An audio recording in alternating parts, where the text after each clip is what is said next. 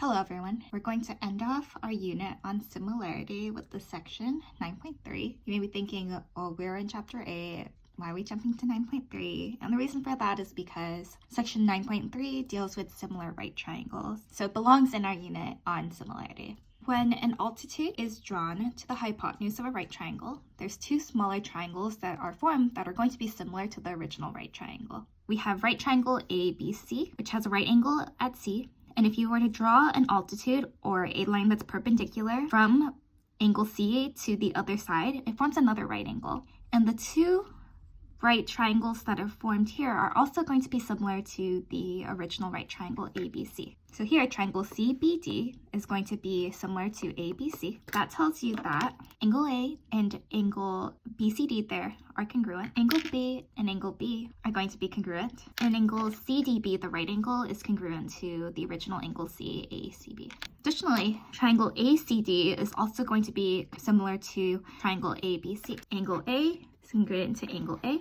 Angle ACD is congruent to angle B of the original right triangle. And angle CDA, the right angle, is congruent to angle C for our original right triangle. For me, it gets kind of confusing. It's not really easy to remember exactly which triangles are congruent to each. So I usually do some color coding just to tell the triangles apart. Because in a right triangle, one of your angles is a right angle. That means that the other two angles are going to add up to 90 degrees, so they're supplementary. So once you find one angle that you match up with, the other angle is going to be the supplement. You'll see what I mean once we do example one. In example one, we're going to be given some right triangles where there is an altitude that's drawn that splits that right triangle into two more similar triangles. I'm going to first start off by drawing the three right triangles separately. Here are the three separate right triangles. And what I like to do is I like to mark the angles that are congruent because that will help me write the similarity statement. Because when we write the similarity statement, we want to write it in an order where each vertex of the statement in its respective position is congruent to each other. So like the first angles have to be congruent to each other, the second angles, and then the third. Angle R is going to be congruent to angle R over here because they're the same angle. We know that our angle S's are going to be congruent. Because these angles are supplementary, since angle R over here is congruent to angle R, that means that angle T over here is going to be congruent to angle S. And now because angle S, angle T, and angle S here are congruent, that means that this angle T has to have the same measurement as angle R. We also know that all the right angles are going to be congruent to each other. Now that we've identified which angles are congruent, we can write the similarity statement. So just start off with one angle of your triangles, right? So angle R is congruent to angle R in the second triangle, and is congruent to angle T in the third triangle. Next, angle S is congruent to angle T, and is congruent to angle S. And lastly, let's do the right angles. We have angle T, angle U, and angle U. This gives you the final similarity statement. Triangle RST is similar to triangle RTU is similar to triangle TSU. Let's do this one more time. For B, I've already redrawn the three right triangles, and now let's identify which angles are going to be congruent. Angle Q is congruent to angle Q. Angle R is congruent to angle R over here. And then let's just fill in the remaining ones. Angle S is going to be congruent to both angle Qs. And then the angle S here is going to be congruent to the angle Rs. Now that we've identified the congruent angles, let's write our similarity statement. I'll start off with like the pink angles. Okay, angle Q is congruent to angle Q in the second triangle and angle S in the third triangle. Angle R is congruent to angle S in the second triangle and angle R in the third triangle. And angle S is congruent to angle T in the second triangle and also angle T in the third triangle. So I get a final similarity statement of triangle QRS is similar to triangle QST is similar to triangle SRT. Let's move on to example 2. In example 2, we're going to be asked to find a missing length of the triangle. What we're going to do is we're going to set up a proportion because we know that there are similar right triangles. Before we do that, let's figure out which sides correspond to each other, and we can use that same procedure that we used in the earlier examples. So I'm going to mark which angles are congruent because that's going to tell me which sides correspond to which. So I have marked the angles that are congruent so that we can tell which triangles are similar to which. Now let's look at what value we're looking for. We're trying to find this value h right here. And I noticed that h is part of the two triangles that we split the original right triangle into. So it is part of this right triangle, ZYW, and of this one, YWX. So you can use either one of these right triangles because we know all three sides of the original triangle. I'm just going to use YWX, but you can use the other triangle, ZYW, if you'd like. I'm just going to redraw it just so that it's easier to see. So I've redrawn the sides of the triangle. I noticed that YX is the hypotenuse of that triangle, and it should correspond to the hypotenuse of our original triangle, ZX. Now our missing side H, or YW, this corresponds to this side right here, 5.5. And I can tell because H is between my pink angle and right angle. I'm going to set up a proportion now.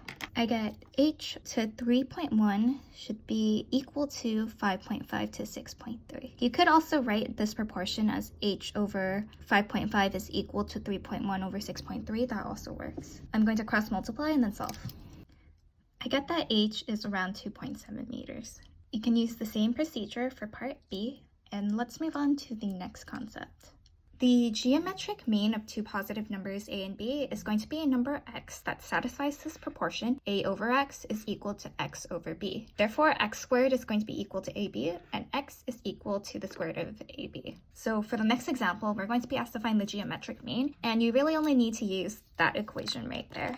X is equal to square root a times b. In example 3, we're asked to find the geometric mean of the two numbers that you're given, and what we're going to do is stick it into that formula. So the geometric mean of 12 and 27, it will be the square root of 12 times 27. Multiply it together and you get the square root of 324, and that simplifies to give you 18. Let's do this one more time. For B, you're asked to find the geometric mean of 18 and 54, so we're going to do the same thing with the same formula. Now, I already put it into my calculator, and 18 times 54 gives you 972, and that's actually not a perfect square. So what I'm going to do now is I'm going to write it in simplest radical form, which is something that we learned from last semester. So I'm going to split this up into prime factors and then find matching pairs. So I split 18 into 2 times 9 and 54 into 9 times 6. I have a pair of 9s here, but I can actually split up 6 so that it's 2 times 3, so I'm going to do that. And I'm going to take out the pairs. There's a pair of 9s here, so I can take out a 9. And there's a pair of 2s, so I can take out a 2. Whatever is left over stays inside the radical. And then we want to multiply that 9 and 2 on the outside to get 18 root 3. I'm going to let you guys try C, and we'll move on to the last part of today's lesson.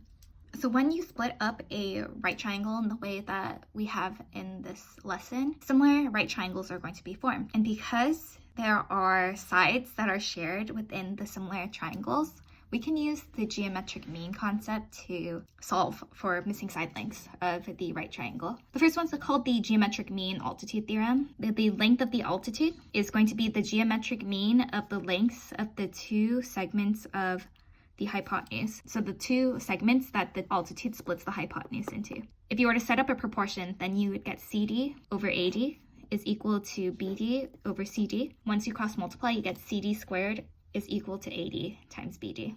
The geometric mean leg theorem is similar. So the length of each leg of the right triangle is going to be the geometric mean of the lengths of the hypotenuse and the segment of the hypotenuse that's adjacent to the leg. Here, CB over DB, so where CB is the hypotenuse of the smaller triangle here, and DB is the part of the hypotenuse that is next to the leg of the main right triangle, it's going to be equal to the entire hypotenuse of the original right triangle over CB, which is that leg that it's a part of.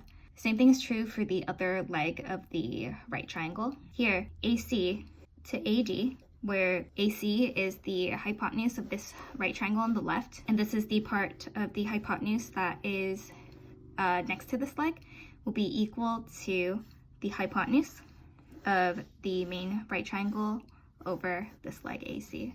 Me personally, I don't really remember these theorems, I actually just prefer to use that method that we used earlier and write a proportion in that way, just because this is like another theorem that you have to remember along with so many other theorems that you have to remember. Just knowing how to tell which triangles are similar to which and then writing a proportion from that, I find that that's easier than having to memorize this. But if memorizing something is what you're great at, then go ahead and memorize this, but I'm going to show you my way, which is the procedure that we used in example 2. So in example 4, we're going to use the geometric mean to find the value of the variable. I've already redrawn the triangles, and I'm going to find the angles that are congruent to each other, and I'm going to mark them. Once that is finished, we can tell which sides will correspond to which. I'm going to now write the proportion. X right here, the side X is between the green angle and the right angle, so it's going to correspond to 3 in the other triangle because it is in between the same 2 angles. 6 will correspond to X in the other triangle because they're between the 2 same angles, the pink angle and the right angle. Now I'm going to cross multiply and solve.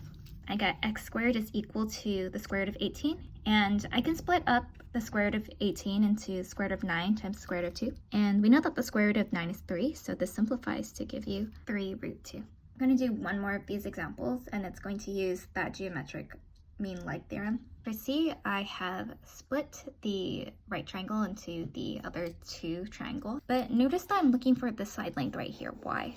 And in this triangle right here, we only know that this side is 5, and we know nothing else about this right triangle. So we actually don't want to use this one because we need to know at least 2 sides of the right triangle. So I'm going to cross this out. So we're actually going to compare this triangle right here, the smaller one that came from the left side of the right triangle, to the entire right triangle. So this right triangle is going to have a hypotenuse of 7 once we add that together. I'm going to mark up the angles that are congruent between these 2 angles so that I can write the proportion. All right, so now let's write the proportion.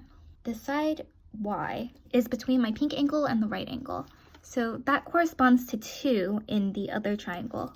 I have no information about this side, so I'm not going to use it. But I do know that the hypotenuse is 7 for that original right triangle, and the hypotenuse of my other right triangle is y. You can also tell that they correspond because they're both between the pink and green angles. Once you have the proportion set up, you can cross multiply and solve.